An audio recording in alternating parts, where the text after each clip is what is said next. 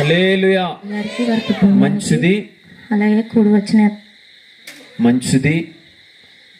దేవుడు తన అనాది సంకల్పములో జగదుత్పత్తి వేయబడక మునుపే ఈ ప్రాంతంలో ఈ విధంగా సభలు జరగాలని దేవుడు నిశ్చయించి, ఇదిగో ఇది మా ప్రయాస కాదు కానీ దేవుడి కృప బాహుళ్యమే, ఆయన ఈ గ్రామం మీద ఉంచినటువంటి ప్రేమే దానికి కారణం. దేవునికి మహిమ కలుగును గాక. హల్లెలూయా, హల్లెలూయా. దైవజనులు ప్రేరేపించి దేవుడు తన మహాకృపను బట్టి ఈ ప్రాంతంలో మేము దయచేసి ఈ గ్రామానికి వచ్చి సుమారు ఒక 2 సంవత్సరాలు అయి ఉంటుంది.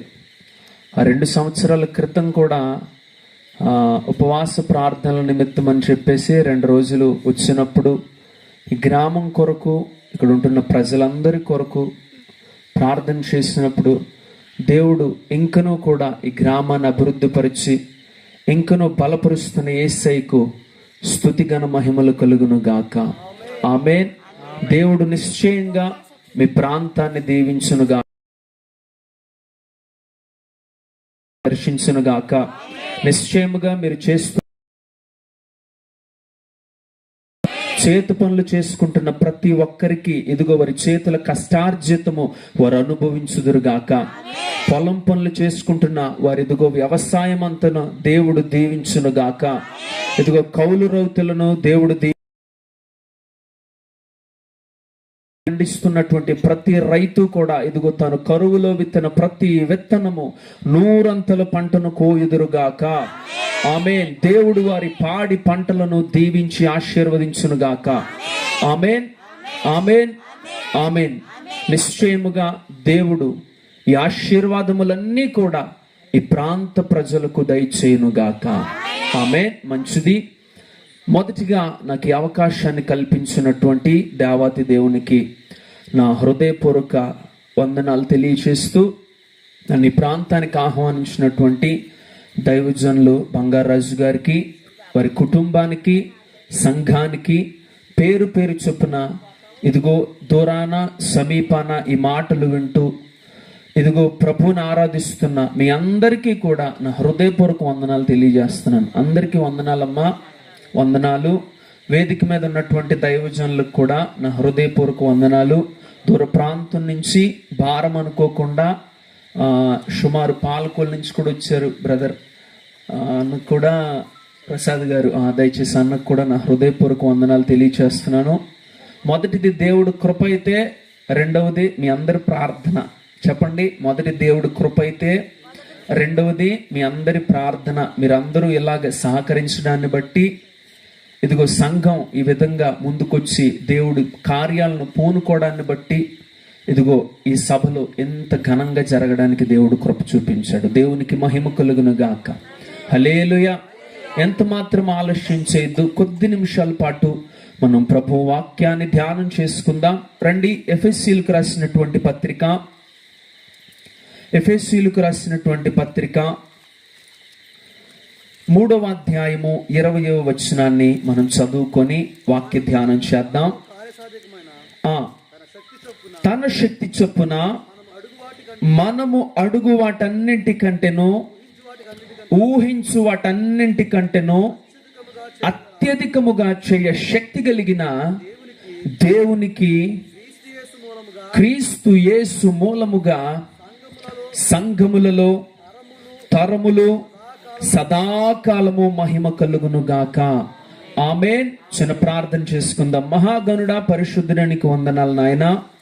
ఇదిగో ప్రభు, ఇప్పటిదాకా నీ నామ మహిమార్థమై నీ ఆత్మ నడిపింపులో నీవు నడిపించిన విధానమును బట్టి నీకు కృతజ్ఞతాస్తుతులు చెల్లిస్తున్నాం నాయన. ఇదిగో వాక్యమును ధ్యానిస్తుండగా నీ కృపను తోడించండి. పాటల యందు నువ్వు తోడుండి ఉన్నావు. ఇదిగో కేవలం నీ నామము మాత్రమే మహిమపరచబడి ఉన్నది నాయన. ఇదిగో సాక్ష్యముల యందు నీ నామం మహిమపరచబడి ఉన్నది నాయన. ఇదిగో రిక్తులము ఏమాత్రం ఎన్నిక లేనటువంటి వాడును. ఇదిగో వాక్యమును ధ్యానిస్తుండగా ఇదిగో నేను కాదు, మానవ స్వరాలను మరుగుపరచండి. ఇదిగో మానవ స్వరం ఏ ఒక్కరికి ప్రయోజనకరం కాదు, మేలుకరం కాదు నాయన. అది ఆశీర్వాదకరం కాదు, గాని పరలోకపు స్వరం మాత్రమే నాయన ఇదిగో మాకు మేలు, ప్రయోజనకరం, ఆశీర్వాదకరం నాయన. దయచేసి నీవే మాతో సూటిగా మాట్లాడి మా జీవితంలో ఒప్పుకోవలసిన, విడిచిపెట్టవలసిన, అవలంబించవలసిన దయచేసి ప్రియ పరిశుద్ధాత్ముడి రాత్రికాల సమయంలో మాతో మాట్లాడి నీ నామాన్ని మహిమ పొందుము. నజరుడైన యేసుక్రీస్తు అతి పరిశుద్ధ నామమున అడిగి వేడుకొని పొందుకొని నామ తండ్రి, ఆమేన్. దేవునికి మహిమ కలుగునుగా. హల్లెలూయా, హల్లెలూయా, హల్లెలూయా. మరొకసారి నేను మాటలను చదువుతున్నాను, చాలా శ్రద్ధగా ఆలకించండి. ఎఫెసీయులకు రాసినటువంటి పత్రిక 3వ అధ్యాయము 20వ వచనము నుంచి, మనలో కార్యసాధకమైన తన శక్తి చొప్పున మనము అడుగు వాటన్నింటికంటేనో ఊహించు వాటన్నింటికంటేనో అత్యధికముగా చేయ శక్తి కలిగినటువంటి వాడంట. ఈ మాటను మీరు చాలా జాగ్రత్తగా జ్ఞాపకం చేసుకోండి. మన దేవుడు ఎవరంటే అడుగు వాటన్నింటికంటేనో ఊహించు వాటన్నింటికంటేనో అత్యధికంగా చేయ శక్తి కలిగిన దేవుడు అంట మన దేవుడు. ఈ మాటను మీ జీవితంలో జ్ఞాపకం చేసుకోండి. ఈ మాటను మీరు అన్నిటికీ కూడా మర్చిపోకండి. ఇదిగో ఆయన మాటలు త్వరగా రాయని వాని కలము వంటి వంట. ఇదిగో మన హృదయాలు పలకలైతే చాలు. ఈరోజు దేవుడు రాత్రి మీతో మాట్లాడుతున్నాడు. ఆ మాటను మీరు పట్టుకోండి. ఇదిగో అడుగు వాటన్నింటికంటేనో ఊహించు వాటన్నింటికంటేనో అత్యధికముగా చేయ శక్తి కలిగిన వాడంట. మనము ఏదైనా ఎవరినైనా అడగాలి అంటే ఆచితూచి ఆలోచన చేస్తాం. ఎందుకంటే ఏది పడితే ఎవరిని పడితే వారిని ఎప్పుడూ కూడా మనం అడగం. ఎవరినైనా ఏదైనా అడిగేటప్పుడు ఆ వ్యక్తి స్థాయిని ఒకసారి జ్ఞాపకం చేసుకుంటాం, ఆ వ్యక్తి స్థితిని ఒకసారి చూస్తాం. ఈ వ్యక్తిని మనం అడిగినప్పుడు ఒకవేళ ఆ వ్యక్తి స్తోమతను బట్టి అది మనకు దొరుకుతుందో లేదో అని మనకు అర్థమైపోద్ది. ఎవరైనా ఒక వ్యక్తిని అప్పు అడిగేటప్పుడు ఒక బికారి దగ్గరికి వెళ్ళి అప్పు అడుగుతాడు ఎవరైనా? అడగరు. ఎవరిని అడుగుతారు అంటే ఒక స్థాయిలో ఉన్నటువంటి వ్యక్తి దగ్గరికి మాత్రమే వెళ్ళి అప్పు అడుగుతాడు. ఎందుకంటే అతడి దగ్గర మంచిగా డబ్బులు ఉన్నాయి కనుక. ఒకవేళ అతడి దగ్గర డబ్బులు ఉన్నాయి కనుక నేను అడగడం ద్వారా అతడు నాకు ఇస్తాడేమో అని ఏ వ్యక్తినైనా మనం అడిగేటప్పుడు అతడి స్థాయిని మనం జ్ఞాపకం చేసుకుంటాం. ఒక నరేంద్ర మోడీ దగ్గరికి వెళ్ళి ఆయన మనల్ని అడుగుతున్నాడు. ఏమనంటే, అయ్యా నీకేది కావాలో అడుగు, నేను నీకు ఇస్తాను అని అన్నాడు అనుకోండి. చెప్పండి, ప్రధానమంత్రి దగ్గరికి వెళ్తే ఇదిగో నీకు ఏది కావాలితే అది అడుగు, నేను ఇస్తాను అని ఆయనంతటా ఆయనే అన్నాడు. ఇప్పుడు చెప్పండి, ఆయన్ని మనం ఏమడుగుతాం? ఆయన్ని మనం ఏమడుగుతాం? ఇదిగో ఆయన తలుచుకుంటే ఏదైనా ఇవ్వగలిగిన వ్యక్తి కదా. ఈ భారతదేశంలో అతని మాటకు ఏ ఒక్కరూ కూడా ఎదురు చెప్పరు కదా. అతను తలుచుకుంటే మనం ఏది అడిగినా కూడా ఇవ్వగలడు కదా. అలాంటి వ్యక్తి గనుక మన దగ్గరకు వచ్చి నీకేం కావాలో అడుగు, నేను ఇస్తాను అన్నప్పుడు మన నోరు తెరిచి ఏమడుగుతాం? చెప్పండి. ఇవన్నీ గొడవలు నాకు ఎందుకు, ఈ గుడిగళ్ళ బాగా అంతా నాది అయిపోతే మంచిది, అవునంటారా? అడుగుతారు, అలాగే అడుగుతారు ప్రతి మనిషి కూడా. ఎందుకంటే మనిషి అడిగేవాడు ఎప్పుడు కూడా, మనిషి ఆశపడేవాడు. ఒక ఉన్నతమైన వ్యక్తి దగ్గరికి వెళ్ళినప్పుడు ఇప్పుడు అతడు అడిగాడు ఏమని, నీకేం కావాలో అడుగు అంటున్నాడు.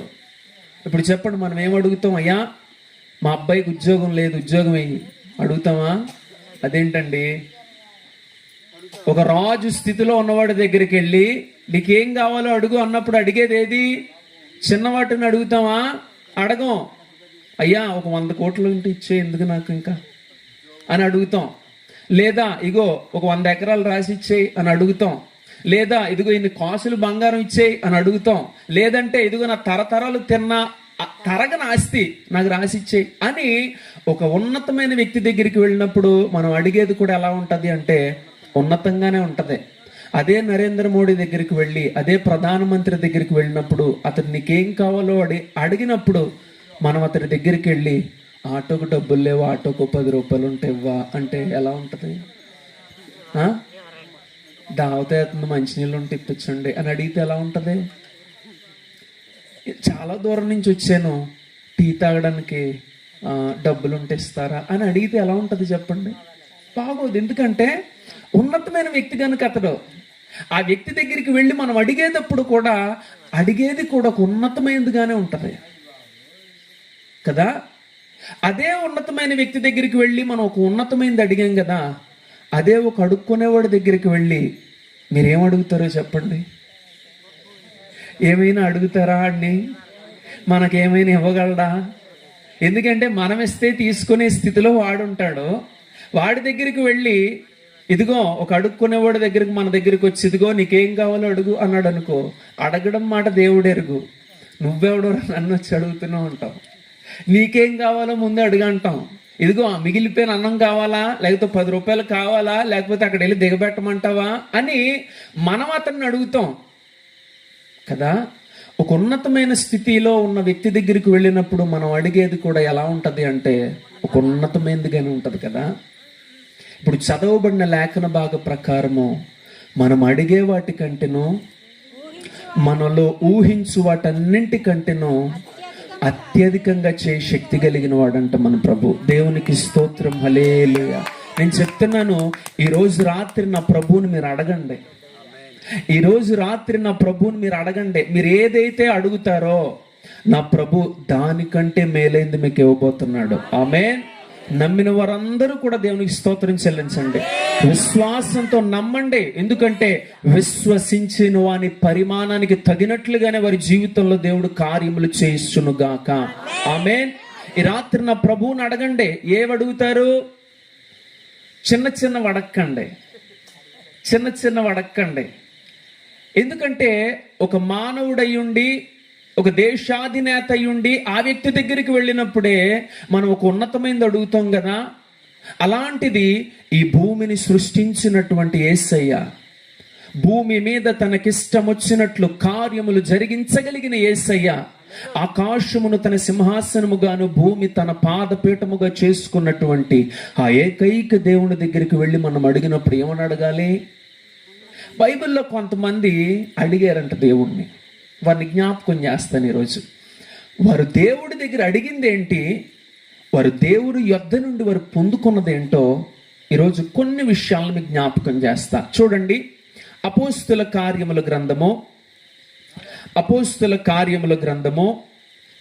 3వ అధ్యాయము 1 నుండి 10 వచనాల వరకు చదివి సహాయం చేయండి. అపోస్తుల కార్యముల గ్రంథము 3వ అధ్యాయము 1 నుండి 10 వచనాల వరకు. పగలు 3 గంటలకు ప్రార్థన కాలమున పేతురును యోహానును దేవాలయమునకు ఎక్కి వెళ్ళుచుండగా పుట్టినది మొదలుకొని ఒక కుంటివాడైన మనుష్యుడుకు మోసుకొని పోబడుచుండెను.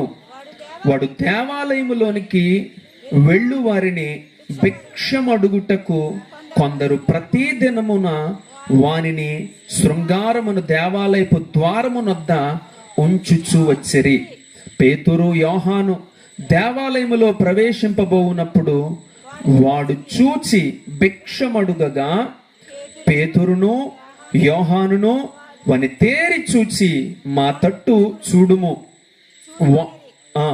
వాడు వారి యొద్ద ఏమైనా దొరుకునేమోనని కనిపెట్టుచు వారిని యొద్ద లక్ష్యముంచెను. అంతట పేతురు, వెండి బంగారములు నా యొద్ద లేవు గాని నాకు కలిగినదే నీకు ఇచ్చుచున్నాను. నజరేయుడైన యేసు నామమున నడువుమని చెప్పి వాని కుడి చేయి పట్టుకొని లేవనెత్తెను. వెంటనే వాడు పాదములను చీలమండలను బలము పొందెను.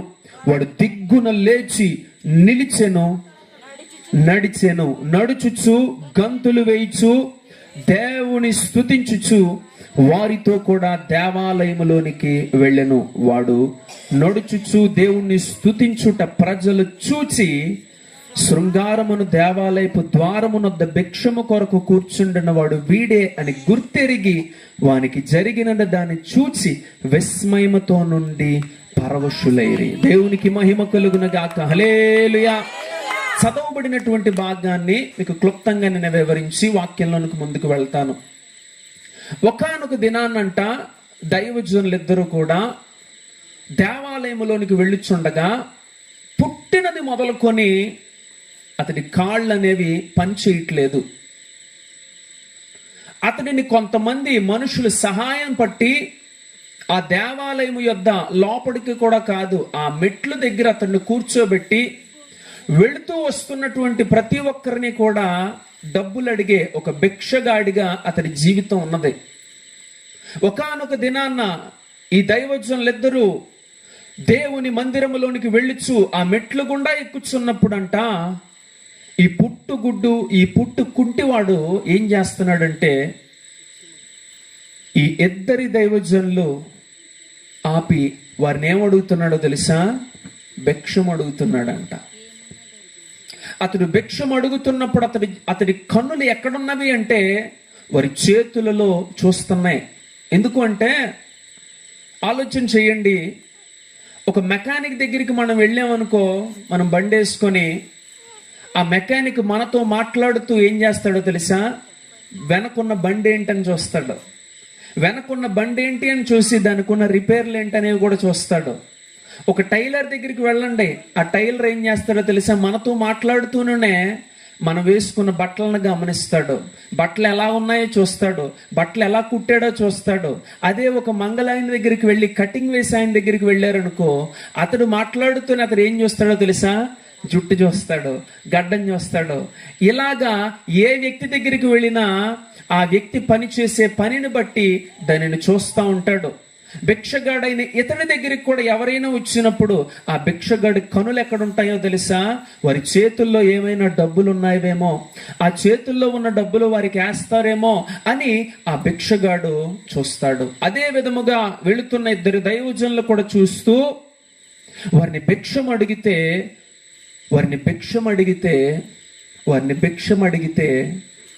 దైవజనులు ఏమంటున్నాడు తెలుసా? పేతురు, అయ్యా, నీకు ఇవ్వడానికి మా దగ్గర వెండి బంగారము లేదు, కానీ ఇదిగో మాకు తోచింది రెండవది నీకు అవసరమైంది, అదే నీకు ఇస్తాను. అదేంటో తెలుసా?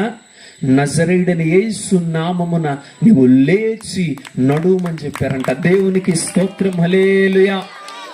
ఈ కార్యము ద్వారా అతడి జీవితంలో జరిగిన మేలులేంటో జ్ఞాపకం చేసుకుందాం. చూడండి, అతడు చేసే పని ఏంటి చెప్పండి? అతడు చేసే పని ఏంటి? మీరు శ్రద్ధగా ఆలకించండి, కొద్ది నిమిషాలు నేను చెప్తా. అతడు చేసే పని ఏంటి? భిక్షం ఎత్తుకోవడం. అతడికి పుట్టుకతో ఏం లేవు చెప్పండి? కాళ్ళు లేవు. అంటే తన కాళ్ళ మీద తాను ఆధారము లేని వ్యక్తి అతడు. రెండవది, అతడి జీవితంలో ఎప్పుడూ కూడా దేవుని మందిరంలో అడుగు పెట్టని వాడంట అతడు. రెండు కాళ్ళు లేనప్పుడు వాడు దేవుడి మందిరంలోకి వెళ్ళగలడా? వెళ్ళలేడు. ఎవరు కూడా లోపలికి రానివ్వరు కూడా. ఎందుకు అంటే వాడికి ఉన్న అవలక్షణాన్ని బట్టి.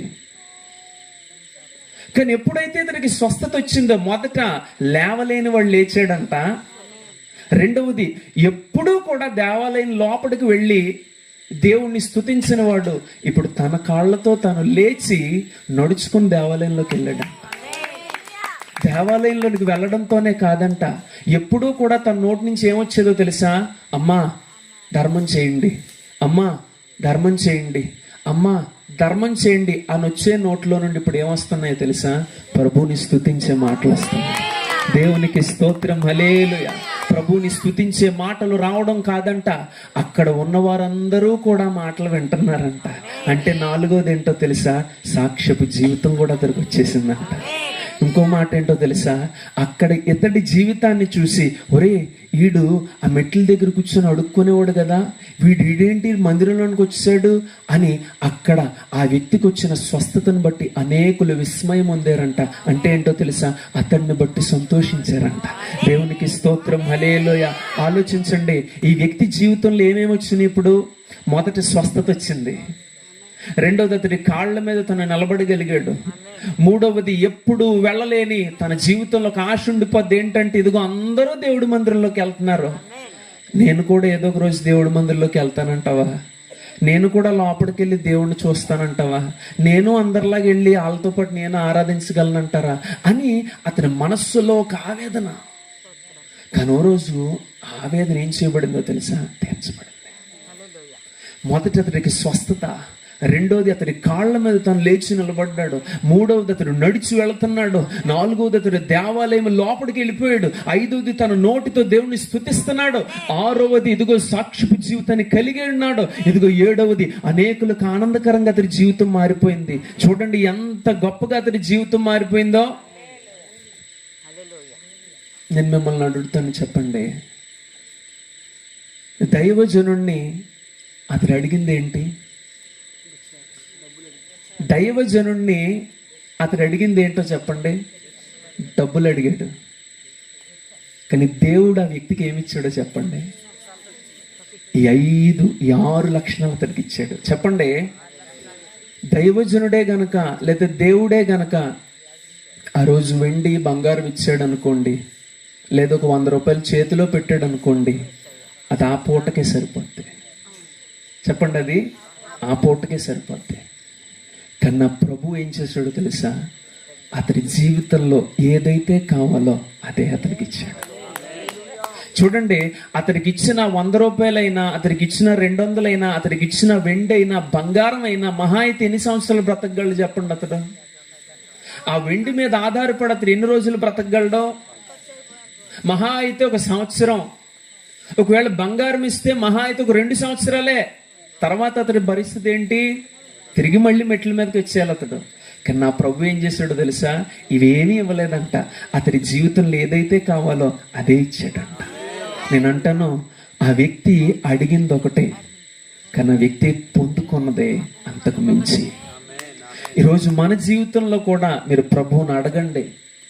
దూరాన సమీపాన ఈ మాటలు వింటున్న మీరు కూడా నా ప్రభువుని అడగండి. ఈరోజు నా ప్రభువుని మీరు ఏం అడుగుతున్నారో ఒక్కసారి జ్ఞాపకం చేసుకోండి. నా ప్రభు అనేకమైన కార్యములు చేయగలడు.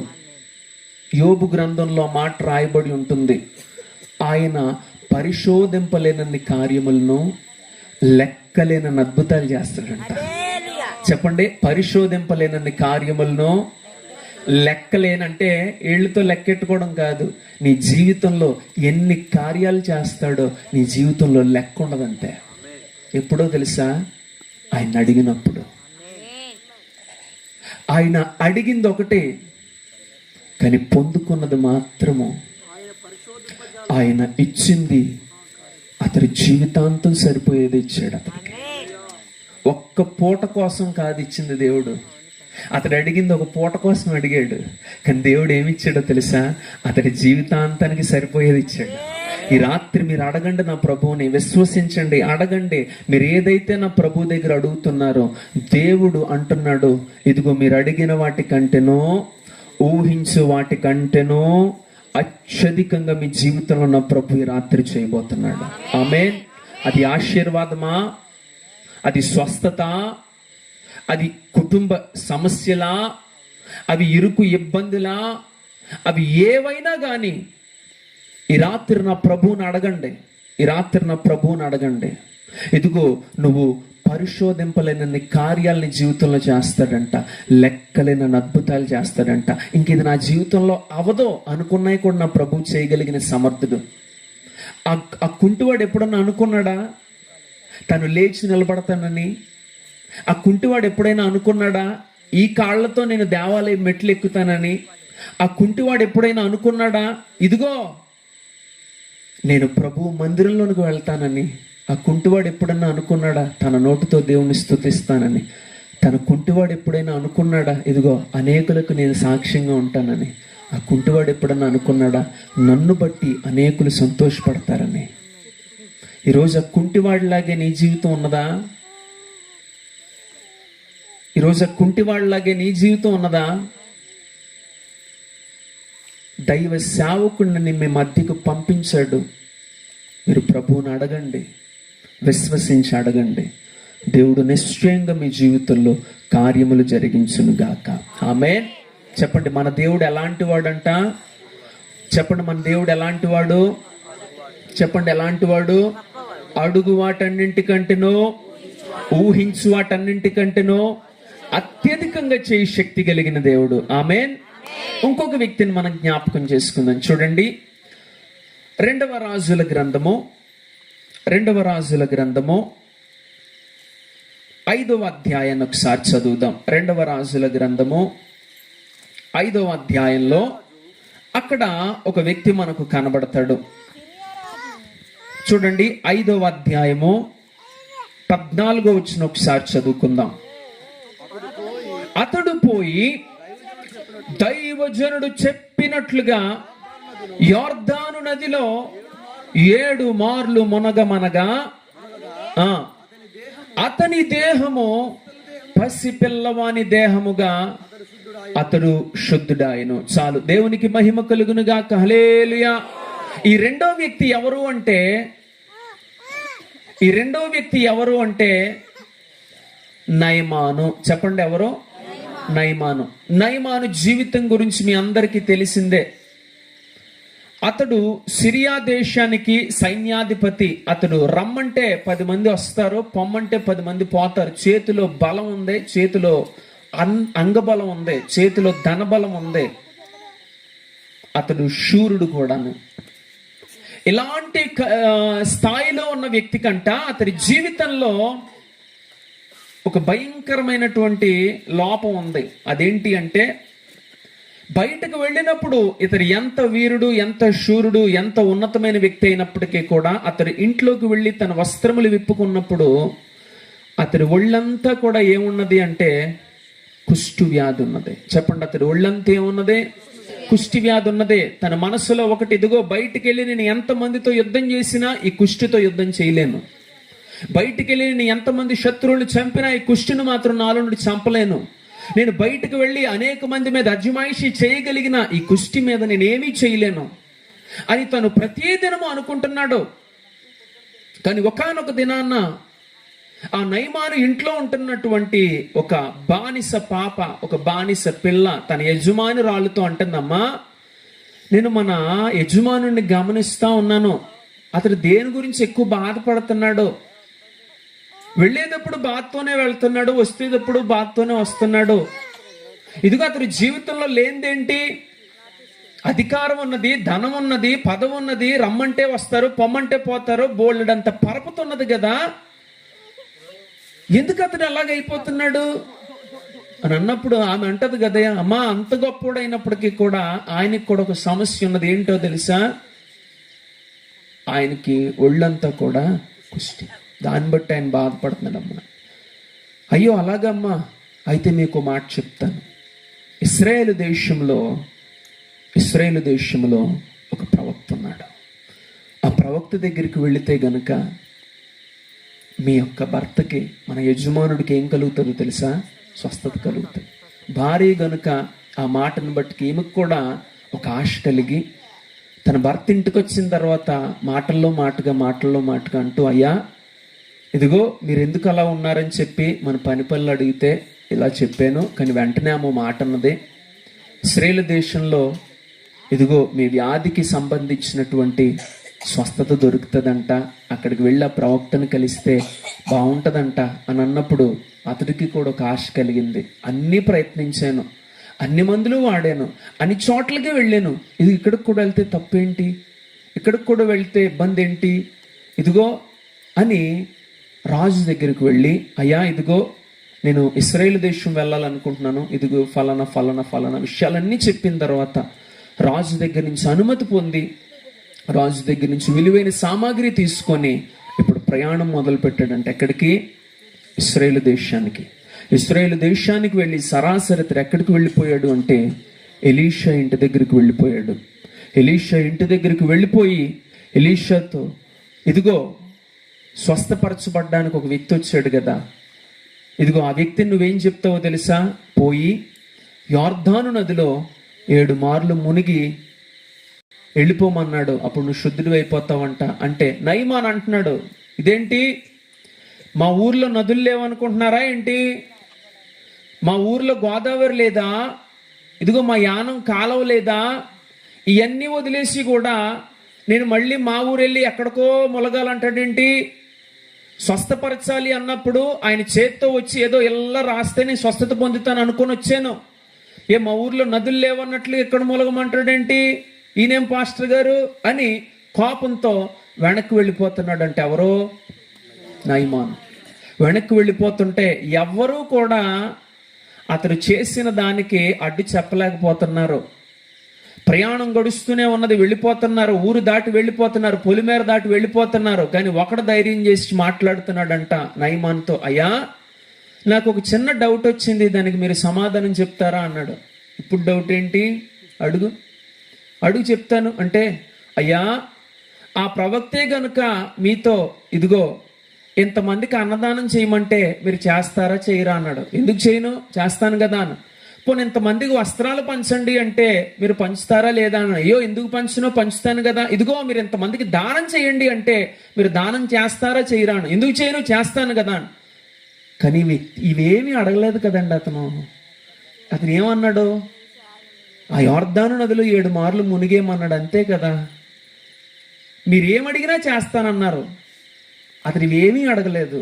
ఖర్చుతో లేని పని, ఫ్రీ కదండి, మునిగి వచ్చేస్తే అయిపోద్ది కదా అంటే ఆలోచన చేయడం మొదలుపెట్టాడు. నిజమే కదా, నిజమే కదా. ఆయన చెప్పిన దానికి ఏమైనా పెట్టుబడి ఉందా? లేదు. పెట్టుబడి పెట్టమంటే బోల్డ్ అంత పెట్టడానికి రెడీ, కానీ ఏమీ పెట్టద్దు అన్నప్పుడు కూడా కోప్పడి వెనక్కి వెళ్ళిపోతున్నాడు. కానీ అతడు మాట్లాడినప్పుడు ఆలోచించి తిరిగి మళ్ళీ ఇతడి మాటను బట్టి ఆ యొర్దాను నది దగ్గరికి వెళ్ళి అతడి వస్త్రములతో అతడు మొదటి మునిగాడు. లేచి చూసుకుంటున్నాడు. దేని గురించి? స్వస్థత, స్వస్థత. మొదటిసారి మునిగాడు, చూసుకుంటున్నాడు. ఇప్పుడు ఒడ్డు మీద ఉన్నాడు ఎవడో పనోడు, చెప్పినోడు ఉంటాడు కదా, మరి ఆడి వంక చూడడం. ఏదిరా అబ్బాయి స్వస్థత అన్నావు అంటాడు. మా అబ్బాయి ఇంకా ఉన్నాయి కదండి మునగండి అని ఆడంటాడు. ఈ రెండోసారి మళ్ళీ మునుగుతాడు, ఇలా చూసుకుంటాడు. మళ్ళీ ఆడి వంక చూస్తాడు. రే నువ్వు అక్కడే ఉంటారు, వస్తున్నాను నేను అంటాడు. అయ్యగారు ఇంకా 5 సార్లు ఉన్నాయి కదా మునగండి. 3ఓసారి మునిగాడు, 4ఓసారి మునిగాడు, 5ఓసారి మునిగాడు, 6ఓసారి మునిగాడు. రే ఏంట్రా వెళ్ళిపోయేవాడిని తీసుకొచ్చావు, అప్పటికి నేను చెప్తానే ఉన్నాను, నువ్వు అక్కడే ఉండు, 7వ మునుక్కు కనుక నేను వస్తాను అప్పుడు నీ పని చెప్తాను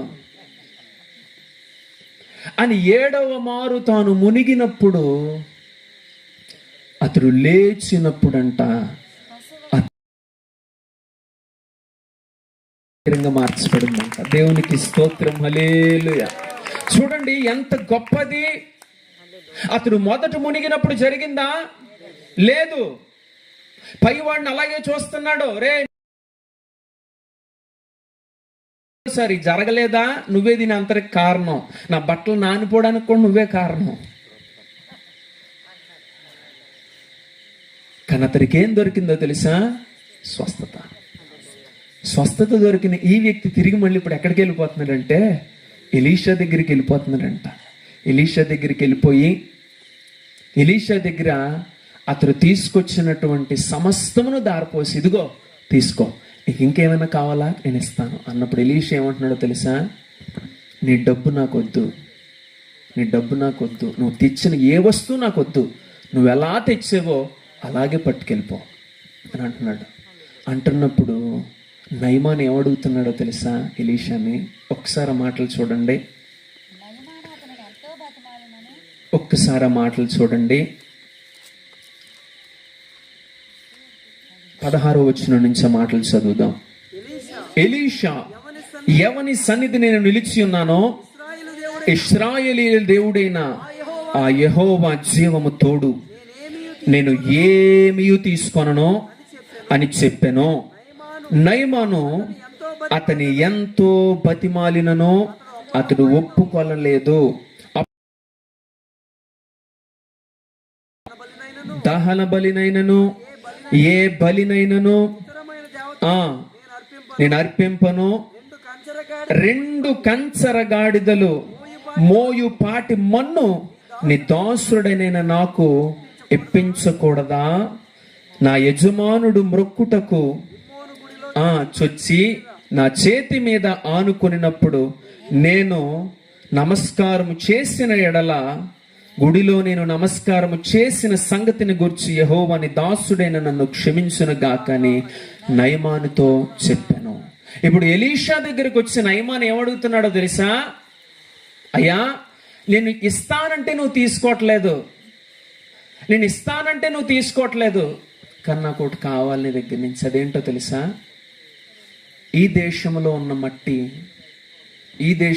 మట్టి 2 కంచరగాడిదలు మోయు పాటి మట్టి నాకు కావాలి అంటున్నాడంట. చెప్పండి, 2 కంచరగాడిదలు మోయు పాటి మట్టి ఎవరు కావాలని అడిగాడు? నయమాను అడిగాడు. దేని గురించి? 2 కంచరగాడిదలు మోయు మట్టి. నేను అంటాను, అతడి దేశంలో మట్టి లేదా? అతని దేశంలో మట్టి ఉంది కదా, భూ ప్రపంచం మీద ఎక్కడికి వెళ్ళినా కానీ ఏముంది? మరి అక్కడ దేశంది ఎందుకు? అక్కడిదే ఎందుకు? అతని దేశంలో కూడా మట్టి ఉంది. ఇక్కడైతే ట్రావెలింగ్స్ ఎక్కువైపోతాయి. మీ ఊర్లో కూడా మట్టి ఉంది కదా అని అనొచ్చు. కానీ అడిగిన దానికి ఏం చేశాడో తెలుసా? సరే పట్టుకెళ్ళు. ఇంతకీ అతడు ఆ 2 కంచరగాడిదలు మోయ మట్టి ఎందుకు అడిగాడో తెలుసా?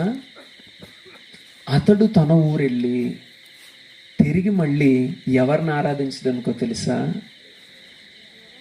జీవము గల దేవుణ్ణి ఆరాధించడానికి నేను ఒక బలిపీఠం కట్టుకోవాలి అక్కడ అని ఆ మట్టిని అడిగాడంట. చూడండి, ఏమడిగాడు? మట్టి. దేని కొరకు? ఇదిగో నా ఊరెళ్ళి నేను అక్కడ ఇదిగో ఇప్పుడు నాకు స్వస్థత ఇచ్చిన ఈ దేవుడికి నేను నా ఊర్లో ఒక బలిపీఠం కట్టుకుంటాను. కట్టుకొని అక్కడ నేను ఏం చేస్తానో తెలుసా? ఈ దేవుణ్ణి నేను అక్కడ సేవిస్తాను. చూడండి, నయమాను ఇశ్రాయేలు దేశం వచ్చింది దేని కొరకు? చెప్పండి, ఇశ్రాయేలు దేశం వచ్చింది దేని కొరకు? అతడు ఎలీషానే ఏం కావాలని కోరుకొని అక్కడికి వచ్చాడంటే అతడి దేహానికి స్వస్థత కావాలని వచ్చాడు. కానీ నయమాన్ ఇప్పుడు తిరిగి వెళుతూ అతడు ఏం పొందుకొని వెళ్తున్నాడో తెలుసా? నిజ రక్షకుడిని పొందుకొని వెళ్తున్నాడు. అతడు పొందుకొని వెళ్తుంది ఎవరినో తెలుసా? అప్పటిదాకా తన జీవితంలో పొందుకోలేనటువంటి ఒక గొప్ప భాగ్యాన్ని ఇక్కడి నుంచి అతడు పొందుకొని వెళ్తున్నాడు. చూడండి ఎంత గొప్ప. అతడి జీవితంలో అతడు అడిగింది ఏంటంటే స్వస్థత కొరకు వెళ్ళాడు. కానీ ఇప్పుడు అతడి జీవితంలో 2 జరిగినాయి. మొదట అతడి ఆత్మకు కలిగిన కుష్టి పోయింది, అతడి శరీరానికి కలిగిన కుష్టి పోయింది. రెండవది అతడి ఆత్మకు కలిగిన కుష్టి పోయింది. మూడవది ఇప్పుడు దేవుడు అతడికి దొరికాడు. నేనంటాను, ఈ ప్రపంచంలోనంట దేవుణ్ణి కలిగి ఉన్న వారి కంటే ఏ ఒక్కరూ ఆనందంగా ఉండరండి. ఎందుకు ఈ మాట చెప్తున్నానంటే జనవరి 20 2025 తారీఖు 2025 సంవత్సరం జనవరి 20 అంటే ఎన్ని రోజులైంది? మహా అయితే రేపటికి నెల, అంతే కదా. నెల రోజుల క్రితం జరిగిన సంఘటన నేను చెప్తున్నాను వినండి. మేము సహోదరులుగా కలిసి ఒక చోటకి ప్రార్థనకు వెళ్ళాం, ఒక ఆల్నైట్ ప్రేయర్కి కోసం అని చెప్పి మేము ప్రయాసపడి పొద్దున్న 5 లేదా 4:30 లేచి పాసింజర్ ట్రైన్ పట్టుకొని వెళితే ఆ పాసింజర్ ట్రైన్ అంతా ఫుల్లే. మేము నిలబడి వెళ్లాల్సి వచ్చింది విజయవాడ దాకా. అక్కడి నుంచి కొద్దిగా ఫ్రీ అయ్యి కొద్దిగా కూర్చోగలిగాం. ఒళ్ళంతా అలసట. ఎప్పుడైతే మేము ఆ గమ్యస్థానానికి చేరి ఆ మందిరం లోపలికి వెళ్ళిపోయి ఒక గోడ దగ్గర ఒక స్తంభం దగ్గర ఆనుకొని మేమందరం కూడా కూర్చున్నప్పుడు ఒక ముసలి మామ, దగ్గర ఒక 65 సంవత్సరాలు ఉంటాయి పాప ముసలావిడి. ఆ ముసలావిడి ఆమె పడుకొని ఆ బలిపీఠం వైపు తలపెట్టి కాళ్ళు ఇటువైపు పెట్టుకొని ఆమె విపరీతంగా బాధపడుతుంది. ఏమని బాధపడుతుందో తెలుసా? అయ్యా, నన్ను ఎందుకు ఇంకా బ్రతికించావు నాయనా? నన్ను ఎందుకు ఇంకా బ్రతికించావు? నా కొడుకులు నన్ను చూడట్లేదు, నా కూతుర్లు నన్ను పట్టించుకోవట్లేదు అయ్యా. ఇదిగో నేను ఎందుకు బ్రతికుండాలంటావు? నన్ను తీసేసుకోవచ్చు కదా, నేను ఎందుకు బ్రతికుండాలి? ఇదిగో కొడుకుకు పెళ్లి చేశాను, కొడుకు చూస్తారంటే చూడట్లేదు. కూతుర్లు ఉన్నారు, కూతుర్లు పట్టించుకుంటారంటే పట్టించుకోవట్లేదు. నేను బ్రతికి ఎవరికి ఉపయోగం అయ్యా? ఏంటయ్యా అని ఆమె కళ్ళంట నీళ్ళు పెట్టుకొని ఏడ్చేస్తుంది పడుకొనే. ప్రార్థన అది. ఆమె ఎవరో ఏంటని చూస్తే ఆమెకి 2 కళ్ళు లేవండి. చెప్పండి, ఆమెకి ఏం లేవు? 2 కళ్ళు లేవు. నాకు పక్కన అప్రయత్నంగా దుఃఖం కలుగుతుంది. ఎందుకంటే ఆమె ప్రార్థన పాపం అంత భారంగా ఉంది. అప్పుడు నేను కళ్ళు తుడుచుకొని ఆమె ప్రార్థన ఆపిన తర్వాత ఆమె దగ్గరికి వెళ్ళి మాట్లాడుతున్నాను. అమ్మ, ఏ ఊరు మీది అని అడిగాను. అడిగితే మాది నంద్యాల బాబు అన్నది. నంద్యాలమ్మ. ఎవరెవరు వచ్చారమ్మా అంటే, మా కుటుంబంతో కలిసే వచ్చానండి. ఇగో వాళ్ళు బాప్తీసం తీయించుకోవడానికని వెళ్ళారు, నేను మాత్రం ఇక్కడ ఉన్నాను అన్నాను. ప్రార్థన చేస్తున్నారు కదమ్మా, ఏమైనా సమస్యలు ఉన్నాయా చెప్పండి, నేను కూడా మీ కొరకు ప్రార్థన చేస్తాను అని అన్నాను. ఆమె ఏమంటుందో తెలుసా? అయ్యా, నాకు సమస్యలంటూ ఏమీ లేవంటుంది. చెప్పండి, సమస్యలంటూ ఏమీ లేవు. ఎందుకో తెలుసా? దేవుడు నాకు 2 కళ్ళు లేనప్పటికీ కూడా నేను దేవుని దగ్గర నమ్మకంగా ఉండడానికి కారణం బట్టి దేవుడు నాకు ఒక చిన్న ఉద్యోగం ఇచ్చాడు. చెప్పండి, ఏ ఉద్యోగం? చిన్న ఉద్యోగం. ఎంత? నెలకి 70,000. ఎంత? నెలకి 70,000. 70,000 బాబు నాకు నెలకి జీతం. ఒక ఇల్లు ఉంది, ఆ ఇల్లు ఈఎంఐ కూడా నేను అలాగే కట్టుకుంటున్నాను. నా పిల్లలతో చెప్పాను, ఒరే ఇంత సంపాదన వస్తుంది కదరా, నాతో కలిసి ఉండండిరా, ఈ డబ్బంతా మీదే కదా, నేను ఇప్పుడు ఎక్కడ ఉంటాను, కళ్ళు కూడా ఉండట్లేదు కదా నాకు, మీతోనే ఉంటానురా అన్నప్పుడు నా కొడుకులు ఎవరు నన్ను పట్టించుకోవట్లేదండి. మరి మీకు బాధ లేదా అమ్మా అన్నాను. ఎందుకు బాబు నాకు బాధ అంటుంది. చెప్పండి ఏంటి, ఎందుకు అంటే, మరి మీ కొడుకులు చూడట్లేదు కదమ్మా, మీ కూతురు పట్టించుకోవట్లేదు కదా అంటే, బాధ ఉంటుంది కానయ్యా, ఆ బాధ కాదు. ఎందుకంటే నేను ఎవరిని కలిగి ఉన్నానో తెలుసా? నేను దేవుణ్ణి కలిగి ఉన్నానయ్యా అంటున్నారు.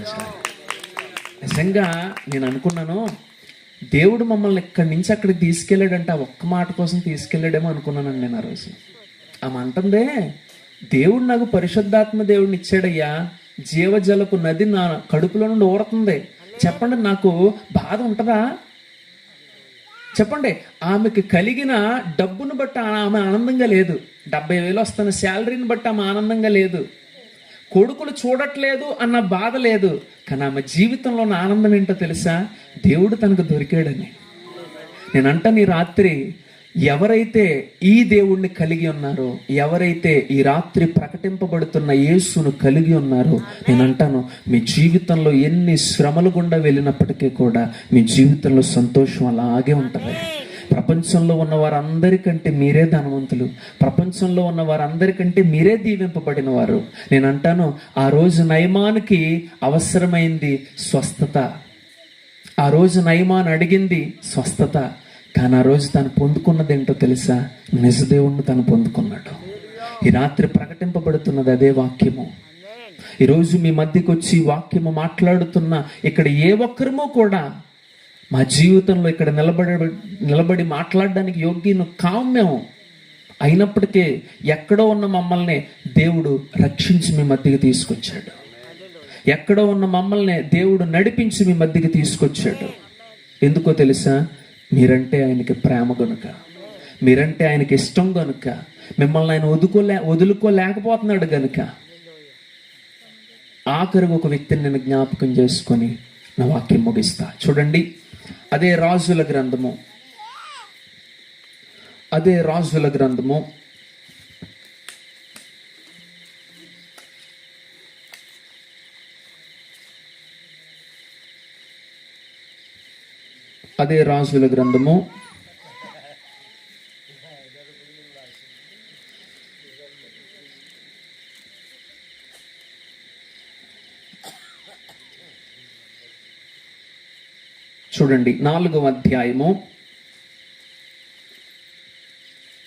4వ అధ్యాయము 2వ వచనం నుంచి చదువుదాం ఒకసారి. 2వ రాజుల గ్రంథము 4వ అధ్యాయము 2వ వచనము. ఎలీషా, నా వలన నీకేమి కావలెనని, నా వలన నీకేమి కావలెనని చదవండి. నీ ఇంటిలో ఏమున్నదో అది నాకు తెలియచేయమనెను. అందుకామె, నీ దాసురాలైన నా ఇంటిలో నూనె కుండ యొక్కటి ఉన్నది, అది తప్ప మరేమీ లేదని తెలియచేసాను. చాలండి, తలలు పైకెత్తండి. చదవబడినటువంటి వాక్య భాగంలో ఒక తల్లి గారంట, అప్పటిదాకా ఆమె భర్త, పిల్లలు, ఆ భార్య, ఒక సంతోషకరమైన కుటుంబం వాళ్ళది. ఎప్పుడైతే సంతోషకరమైన కుటుంబంలో జరగకూడనటువంటి ఒక అనర్థం జరిగింది, అదేంటంటే దైవజనుడిని వెంబడిస్తున్నటువంటి ఆ భర్త ఒకానొక దినాన్ని ఏమైపోయాడు అంటే చనిపోయాడు. చనిపోయిన కారణం చేత, వారికి అప్పులు ఉన్న కారణం చేత అప్పులు వాళ్ళు ఇంటి మీద పడి, ఇదిగో అప్పైనా కట్టండి, లేదా మీకున్నారు కదా ఈ పిల్లలనైనా పనికి పంపించండి, మీరు అప్పు కట్టకుండా ఈ పిల్లల్ని పంపించకుండా ఇదిగో బాకీ ఎలా. ఎప్పుడైతే మాట అన్నదో అక్కడ ఉన్న పాత్రలన్నీ నింపబడినప్పుడు ఈ పాత్రలో ఉన్న నూనె ఆగిందంట. దేవునికి స్తోత్రం. అని అప్పుడు దైవజనుడు చెప్తున్న మాట ఏంటో తెలుసా? ఇదిగో ఈ నూనె అమ్మి అప్పు తీర్చుకో, రెండవది ఆ మిగిలిన డబ్బుతో నువ్వు జీవితాంతం బ్రతకంటున్నాడంట. దేవునికి స్తోత్రం. హల్లెలూయా. చూడండి, ఆమె ఏమడిగింది? అప్పు తీరితే చాలండి, నా జీవితానికి అప్పు ఒక్కటే బాగా, ఆ ఒక్క అప్పు తీరిపోతేనండి నా పిల్లల్ని కూలోనాలో చేసుకొని నేను పోషించుకుంటాను, ఆ ఒక్క అప్పు తీరితే చాలండి అని అనుకున్నది పాపం. కానీ దేవుడు ఏం చేశాడో తెలుసా? అప్పు తీరడమే కాదంట, జీవితాంతం తినగలిగే సమృద్ధి ఇచ్చాడంట. దేవునికి స్తోత్రం. హల్లెలూయా. కానీ ఆత్మీయులుగా కూర్చున్న మీకు ఒక మాట చెప్తున్నాను, చాలా జాగ్రత్తగా ఆలకించండి. మందిరానికి వెళ్ళేవారు ఎంతమంది చేతులు ఎత్తండి? మందిరానికి వెళ్ళేవారు కదా. మీ అందరికీ మాట చెప్తున్నాను, జాగ్రత్తగా ఆలకించండి. దీంట్లో ఒక ఆత్మీయ అర్థం ఉంది. అదేంటో తెలుసా? ఆ ఊర్లో ఉన్నటువంటి పాత్రలన్నీ ఏం చేయబడ్డాయి? ఖాళీ పాత్రలు. చెప్పండి, ఆ ఊర్లో ఏ పాత్రలు ఉన్నాయి? ఖాళీ పాత్రలు. ఊర్లో ఉన్న పాత్రలన్నీ ఖాళీ పాత్రలే. కానీ ఈ ఇంట్లో ఉన్న పాత్ర ఎలాంటిదో చెప్పండి? నూనెతో ఉన్న పాత్ర కదా. ఈ పాత్రలో నూనె ఇప్పుడు ఏ పాత్రలోనికి వెళ్ళింది? ఖాళీగా ఉన్న పాత్రలోకి వెళ్ళింది. ఆ ఖాళీగా ఉన్న పాత్రలు ఎవరో తెలుసా? యేసయ్యను ఎరుగును వారు. నూనెతో నింపబడిన పాత్రలు ఎవరో తెలుసా? మీరే. మీరు ఒకరైనప్పటికీ కూడా మీలో ఉన్న ఆ నూనె ఏం చేయబడాలో తెలుసా? నింపబడని వారిలో నింపబడాలి. నింపబడిన వారిలో నింపబడితే అక్కడ చెప్తున్న సాక్ష్యం ఏంటో తెలుసా? ఊర్లో ఏ ఒక్కరూ కూడా ఖాళీ పాత్రలు లేవండి అంటున్నారంట. అంటే ఊర్లో ఏ ఒక్కరూ కూడా తెలుసుకోలేని వాళ్ళు అంటూ లేరండి. అందరూ యేసు ప్రభువుని తెలుసుకున్నారండి అని మీరు సంపాదించుకోవాలి ఊరిని. ఇంకొక అర్థం ఏంటో తెలుసా? నూనె అనగా ఏంటో తెలుసా? అభిషేకము. చెప్పండి, నూనె అంటే ఏంటి? అభిషేకం. నేను అంటాను, ఆ ఒక్క కుండలో ఉన్న అభిషేకం ఖాళీ కుండలన్నిటిని నింపేసిందంట. నేను అంటాను, మీ సంఘంలో ఎవరికైనా అభిషేకం లేదా? నీలో నుండి అభిషేకం వారిలోకి ట్రాన్స్ఫర్ అయిపోవాలి. నీలో నుండి అభిషేకం వారిలోకి ట్రాన్స్ఫర్ అయిపోవాలి. నీలో నుండి అభిషేకం నువ్వు ఎక్కడెక్కడికి వెళ్తున్నావో అక్కడక్కడ ఏ ఖాళీ పాత్ర ఉందా అవన్నీ నింపేయాలి నువ్వు. అలాంటి అభిషేకం మనకు కావాలి. ఇది మీరు అడగాలి. చెప్పండి, మన మూలవాక్యం ఏంటి? అడుగు వాటన్నింటికంటేనో ఊహించు వాటన్నింటికంటేనో అత్యధికంగా చేయి శక్తి కలిగిన దేవుడు. ఆ కుంటివాడు అడిగాడు, కానీ దేవుడు ఏమిచ్చాడు? చెప్పండి, దేవుడు ఏమిచ్చాడు? 6 కార్యాలు చేశాడు అతడి జీవితంలో. మొదటిది స్వస్థత అయితే, రెండవది అతడు లేచి నిలబడ్డాడు, మూడవది మందిరంలోనికి వెళ్ళాడు, నాలుగవది తన నోటితో దేవుణ్ణి స్తుతించాడు, ఐదవది సాక్ష్యపు జీవితం కలిగి ఉన్నాడు. అతడి జీవితం అనేకులకు ఆనందంగా మారింది. అతడి జీవితంలో అతడు అడిగిన దానికంటే అతడు పొందుకున్నది ఎక్కువ. రెండవది ఎవరు? నయమాను. అతడి జీవితంలో ఇశ్రాయేలు దేశానికి ఎందుకు వెళ్ళాడు అంటే స్వస్థత కొరకు వెళ్ళాడు. కానీ స్వస్థత కొరకు వెళ్ళిన ఇతడికి స్వస్థతతో పాటు తిరిగి వచ్చేటప్పుడు తనతో ఎవరిని తెచ్చుకున్నాడో తెలుసా? నిజ రక్షకుడిని తెచ్చుకున్నాడంట. తను అడిగింది ఒకటైతే తన జీవితంలో తను పొందుకున్నది ఒకటే. మూడవది ఈ విధవరాలు, తన భర్తను కోల్పోయిన విధవరాలు తన దైవజనుడి దగ్గరకు వచ్చి అడిగింది ఏంటో తెలుసా?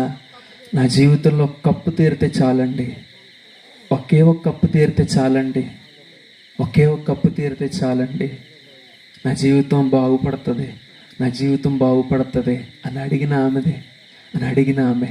కానీ తన జీవితంలో ఏం పొందుకుందో తెలుసా?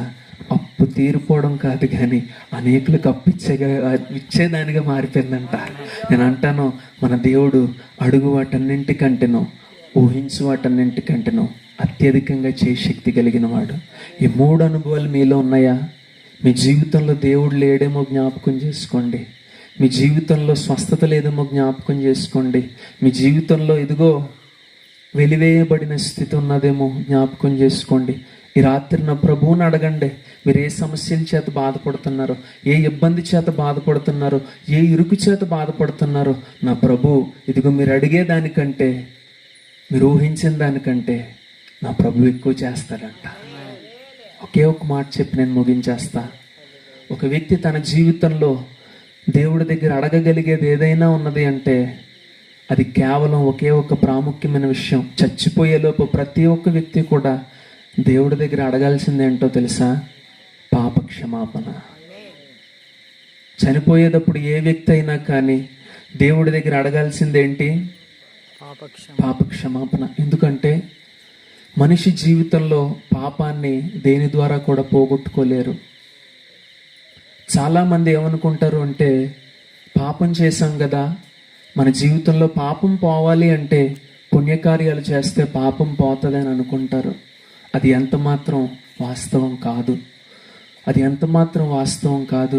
మన జీవితంలో పాపం ఉండగా మనం పుణ్యకార్యాలు చేస్తే ఇదిగో నిత్య జీవంలోనికి మనం వెళ్ళగలమా? వెళ్ళలేం. ఎందుకు మాట మీకు జ్ఞాపకం చేస్తా. ఒక ఉదాహరణ మీకు చెప్పి నేను ఈ వాక్యాన్ని ముగించేస్తా. ఒకానొక దినాన్ని ఒక వ్యక్తి నడుచుకుని మార్గం గుండా వెళ్తున్నాడు. ఆ మార్గము మధ్యలో ఒక భయంకరమైనటువంటి రోత, చెప్పండి, ఒక భయంకరమైనటువంటి మనిషి మలం, రోత. అతడు చూసుకోకుండా పొరపాటున అతడి కాలితో ఆ రోతను ఏం చేశాడంటే తొక్కేశాడు. తొక్కేసినప్పుడు ఇప్పుడు ఆ రోతలో ఉన్న దుర్వాసన అంతా ఇప్పుడు ఎవరిలో నుంచి వస్తుందో చెప్పండి. చెప్పండి, ఆ తొక్కిన వ్యక్తిలో నుండి ఆ రోత అనే దుర్వాసన అంతా ఏమవుతుంది? వస్తుంది. ఇప్పుడు ఆ వ్యక్తికి అర్థమైంది, అయ్యో నా కాలికి రోత అంటుకుంది, భయంకరమైన వాసన వచ్చేస్తుంది. ఎక్కడికి వెళ్ళినా కానీ రే కాలికి అది అంటుకుపోయిందిరా, రోతరా, వాసన వచ్చేస్తుందిరా అని ఎక్కడికి వెళ్ళినా కానీ చెప్తున్నాడు. కానీ ఏం చెయ్యాలో ఎవరో చెప్పట్లేదు. అప్పుడు ఇతరికి ఒక ఆలోచన వచ్చింది. ఓకే, ఈ రోతర వాసన వస్తుంది కనుక మొదట ఈ వాసన నా నుంచి పోగొట్టుకోవాలి అని చెప్పి ఒక సెంటు తను రాసేసుకున్నాడంట. చెప్పండి, ఏం రాసేసుకున్నాడు? సెంటు రాసేసుకున్నాడు. కానీ ఇప్పుడు అతడి దగ్గర నుంచి వస్తున్న దుర్వాసన అయితే పోయింది, కానీ అతడి కాలికున్న రోత పోతుందా? పోదు. ఇప్పుడు చెప్పండి, ఆ కాలికున్న రోత పోవాలంటే ఏం చేయాలి? కడుక్కోవాలి. ఇప్పుడు చెప్పండి, ఆ రోత అంటుకున్న ఆ కాలు ఏం చేయబడాలో తెలుసా? నీటితో కడగబడాలి. నీటితో ఎప్పుడైతే ఆ రోత పూర్తిగా కడగబడుతుందో ఇప్పుడు ఆ వ్యక్తి నుంచి దుర్వాసన అనేది రావడం ఆగుతుంది. ఇప్పుడు అతడు ఏం చేయాలో తెలుసా? అతడి శరీరానికి సుగంధ ద్రవ్యాలు పూసుకుంటే ఇప్పుడు ఏ వాసన వస్తుంది అతడి దగ్గర నుంచి? చెప్పండి, ఏ వాసన వస్తుంది? సువాసన. మనిషి అంటే మనమే. ఆ రోత అంటే ఏంటో తెలుసా? పాపము. పాపం అనే రోత మన కాలుకి అంటుకున్నప్పుడు సువాసన, సెంటు అనే పుణ్యకార్యాలు చేసేసి ఆ పాపం పోతుంది అని అనుకోవడం మన అవివేకం. ఆ రోత మన కాలికే ఉంటుంది, దుర్వాసన అయితే రాదు. కానీ ఆ కాలికి అది ఎలా ఉంటుందో తెలుసా? అలాగే ఉంటుంది. ఎక్కడికి వెళ్ళినా నీతో పాటు ఆ రోత వస్తానే ఉంటుంది. ఎక్కడికి వెళ్ళినా నీతో పాటు ఆ రోత ప్రయాణం చేస్తానే ఉంటుంది. నీలో నుంచి దుర్వాసన అయితే రాదు, కానీ కాలుకి మాత్రం ఏముంది? రోత ఉంది. ఇప్పుడు ఆ రోత పోవాలి అంటే మనకేమవసరం తెలుసా? నీరు అవసరం. ఆ నీరుకు సాదృశ్యం ఎవరయ్యో తెలుసా? ఈ రాత్రి ప్రకటింపబడుతున్న యేసుక్రీస్తు. ఈ రాత్రి నా దేవుణ్ణి ప్రకటిస్తున్నాను. ఇదిగో మీ పాపములు పోవాలి అంటే మీ కాలికి పాపం అనే రోతను మొదట కడుక్కోండి. ఆ రోతను కడుక్కోకుండా మీ జీవితంలో ఎన్ని పుణ్యకార్యాలు చేసినా కానీ అవన్నీ కూడా వ్యర్థమైపోతాయి. దయచేసి రాత్రి ప్రకటిస్తున్న క్రీస్తును ఒక్కసారి జ్ఞాపకం చేసుకోండి.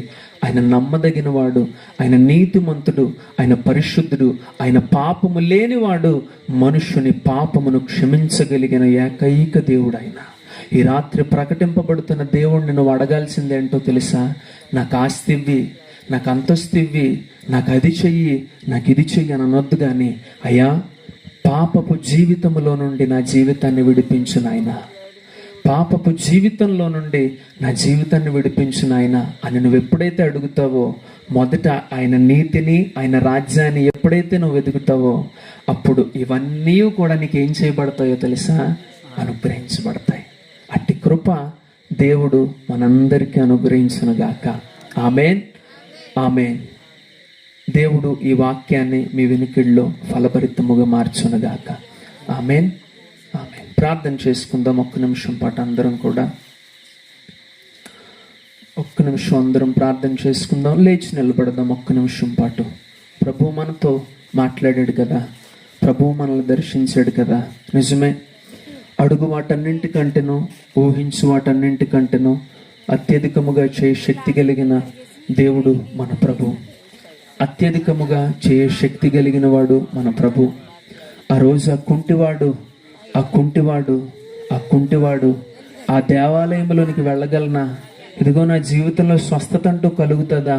ఇదిగో నా జీవితంలో ఒక అరుణోదయాన్ని నేను చూడగలుగుతానా అని తాను ఎప్పటికప్పుడు అదే మెట్ల మీద కూర్చొని బాధపడే జీవితంలో నుండి ఎప్పుడైతే తను అడిగాడో